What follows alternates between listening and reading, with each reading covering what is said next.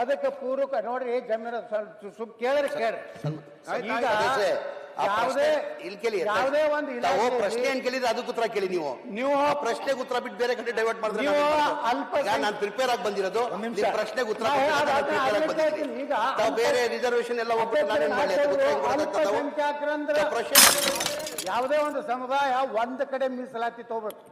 ಮೂರ್ ಕಡೆ ನೀವು ಲಾಭ ಹೊಡಿತಾ ಇದ್ದೀರಿ. ಒಂದು ಮೀಸಲಾತಿಗೆ ಅದನ್ನ ಈಗ ಒಂದು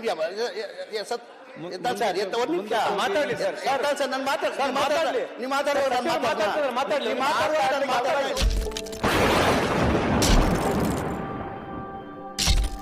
ಬಸವನಗೌಡ ಪಾಟೀಲ್ ಯತ್ನಾಳ್. ಸನ್ಮಾನ್ಯ ಅಧ್ಯಕ್ಷರೇ, ಮಾನ್ಯ ವಸತಿ ವಕಫ್ ಮತ್ತು ಅಲ್ಪಸಂಖ್ಯಾತ ಕಲ್ಯಾಣ ಸಚಿವರಲ್ಲಿ 1894ನೇ ಪ್ರಶ್ನೆ ಬಯಸ್ತಾ ಇದ್ದೀನಿ. ಮಾನ್ಯ ಅಧ್ಯಕ್ಷ ಉತ್ತರ ನೀಡಲಾಗಿದೆ.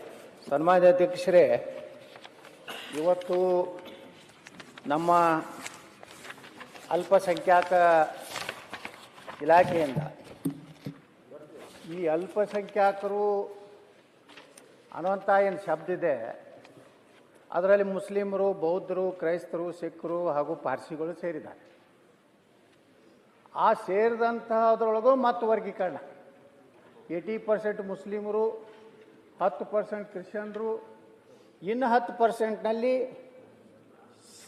ಸಿಖ್ರು, ಪಾರ್ಸಿಗಳು, ಬೌದ್ಧರು, ಜೈನರು.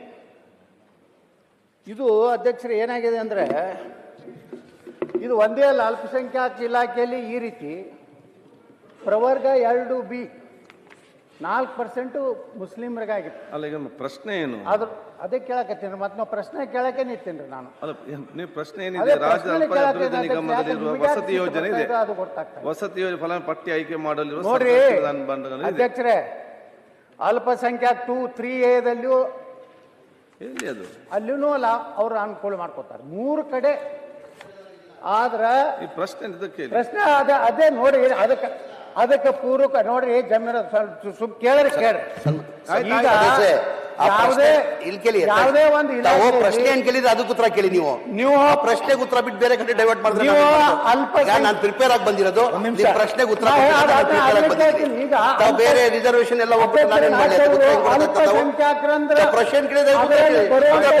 ಅಲ್ಪಸಂಖ್ಯಾತರು ಮತ್ತೆ ಅದರಲ್ಲಿ ಪಾಯಿಂಟ್ ಮಾಡ್ತೀವಿ. ಸರ್ಕಾರ ಏನ್ ಮಾಡ್ಬೇಕು ಸರ್ ಅಧ್ಯಕ್ಷ? ಈಗ ಒಳ ಮೀಸಲಾತಿದು ಅದು ವಿಚಾರ ಬೇರೆ ಆಯ್ತು.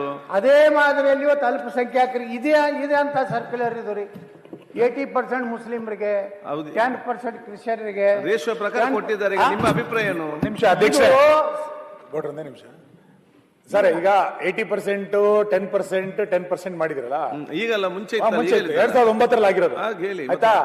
ಈಗ ನನ್ನ ಕ್ಷೇತ್ರದಲ್ಲಿ ಅಲ್ಪಸಂಖ್ಯಾತರಲ್ಲಿ 80% ಜೈನ್ಸ್. ನೀವು ಅನುದಾನ ಕೊಡೋದು 10% ಮಾತ್ರ. ನೀವು ರಾಜ್ಯದ ರೇಷಿಯೋ ತಗೊಂಡ್ರೆ ಹೆಂಗಾಗುತ್ತೆ ಅದಕ್ಕೆ? ಹಂಗಾಗಿ ಈಗ ಅಲ್ಪಸಂಖ್ಯಾತರು ತಂದಾಗ ಎಲ್ಲರನ್ನು ಕೂಡ ಒಂದೇ ಮಾನದಂಡದಲ್ಲಿ ತಗೊಳ್ಬೇಕು. ನೀವು ಜೈನರಿಗೆ 10%, ಸಿಖ್ರಿಗೆ 10%, ಬೌದ್ಧರಿಗೆ 10%, 80% ಅಂದ್ರೆ ನನ್ನ ಕ್ಷೇತ್ರದಲ್ಲಿ ಫಲಾನುಭವಿಗಳನ್ನ ಆಯ್ಕೆ ಮಾಡ್ಲಿಕ್ಕೆ ಆಗಲ್ಲ. ನಾನು ಈ ಸಮಸ್ಯೆ ಮಾಡಿ ಆಯ್ತು, ಅವರು ಉತ್ತಮ ಸಲಹೆ ಕೊಟ್ಟಿದ್ದಾರೆ, ಕ್ಷೇತ್ರವಾರು ಅನುಪಾತ ಫಿಕ್ಸ್ ಮಾಡಿ ಅಂತ ಹೇಳಿ. ಅಲ್ಪಸಂಖ್ಯಾತ ಇಲಾಖೆ ಅಂದ್ರೆ ಯಾರು ಅರ್ಜಿ ಕೊಡ್ತಾರೆ ಫಸ್ಟ್ ಕಮ್ ಫಸ್ಟ್ ಸರ್ವ್ ಮಾಡಬೇಕು.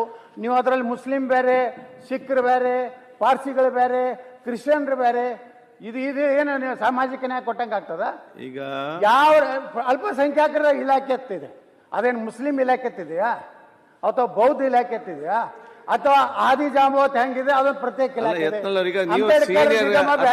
ಹಿರಿಯ ಸದಸ್ಯರು ಎಲ್ಲದಲ್ಲೂ ಕೂಡ ಬೇರೆ ಬೇರೆ ವರ್ಗ ಇದೆ. ಈ ತಾರತಮ್ಯ ಏನಾಗಿದೆ ಮಾತ್ರ ಅಲ್ಲ, ಇದು ಅವರು ನಿಮ್ಮ ಸಲಹೆ ಕೊಡಬೇಕು. ಅಲ್ಪಸಂಖ್ಯಾತ ಇಲಾಖೆ ಅನ್ನೋದು ಈ ಸರ್ಕ್ಯುಲರ್ ಅನ್ನ ತೆಗೆದುಹಾಕಿ ಯಾರು ಅಲ್ಪಸಂಖ್ಯಾತರು, ಒಂದ್ ಕಡೆ ನಮ್ಮ ಸುನೀಲ್ ಕುಮಾರ್ ಹೇಳ್ದಂಗ ಜೈನರೇ ಜಾಸ್ತಿ ಇರ್ಬೋದು, ಒಂದ್ ಕಡೆ ಕ್ರಿಶ್ಚಿಯನ್ರು ಜಾಸ್ತಿ ಅದಾರೆ. ಕ್ಷೇತ್ರವಾರು ಅನುಪಾತ ಕೊಡಿ ಅಂತ ಕೇಳ್ತೀರಿ ನೀವು. ವಿಧಾನಸಭೆಯಲ್ಲಿ ಒಂದೊಂದು ಜನಸಂಖ್ಯೆ ಬದಲಾವಣೆ ಆಯ್ತು. ಅದಕ್ಕೆ ನಾವು ತಮ್ಮ ಮೂಲಕ ಮಾನ್ಯ ಸಚಿವರಿಗೆ ವಿನಂತಿ ಮಾಡ್ಕೋದು, ಇದೇನು ನೀವು ಅಲ್ಪಸಂಖ್ಯಾತರಲ್ಲಿ ಭಾಗವನ್ನು ಮಾಡುವಂಥದ್ದು ಮಾಡಿರಿ, ಇದನ್ನು ಈ ಸರ್ಕ್ಯುಲರ್ ವಾಪಸ್ ತಗೋಬೇಕು. 3 ಕಡೆ ನೀವು ಲಾಭ ತಗೋತಾ ಇದ್ದೀರಿ. ಅದನ್ನು ಸಹ ಯಾಕಂದ್ರೆ ಯಾವುದೇ ಒಂದು ಸಮುದಾಯ ಒಂದ್ ಕಡೆ ಮೀಸಲಾತಿ ತಗೋಬೇಕು. Okay. ಮೂರ್ ಕಡೆ ನೀವು ಲಾಭ ಹೊಡಿತಾ ಆಯ್ತು, ಇದ್ದೀರಿ. ಈಗ ಪ್ರಶ್ನೆ- ಒಂದು ಮೀಸಲಾತಿಗೆ ಅದನ್ನ ರಿಸ್ಟ್ರಿಕ್ಟ್ ಮಾಡ್ಬೇಕಂತೇಳಿ ನಾವು ಸಚಿವರೇ, ಸರ್, ಸರ್ಕಾರ ಫಿಕ್ಸ್ ಮಾಡಿದ್ರು 2009 ಬಿಜೆಪಿ ಸರ್ಕಾರ ಇದ್ಬಿಟ್ಟು ರೇಷನ್ ಫಿಕ್ಸ್ ಮಾಡಿರೋದು. ಮುಸ್ಲಿಂಗೆ 8%, ಕ್ರಿಶ್ಚಿಯನ್ 1%, ಜೈನ್, ಬುದ್ಧ, ಸಿಖ್ಗೆ 1% ಅಂತ ಕೊಟ್ಟಿದ್ದಾರೆ. ರೇಷಿಯೋ ಯಾರು ಫಿಕ್ಸ್ ಮಾಡಿರೋದು? ಈಗ ಒಂದು ಮಾತಾಡ್ಲಿ ಸರ್. ಮಾತಾಡಿ. ಈಗ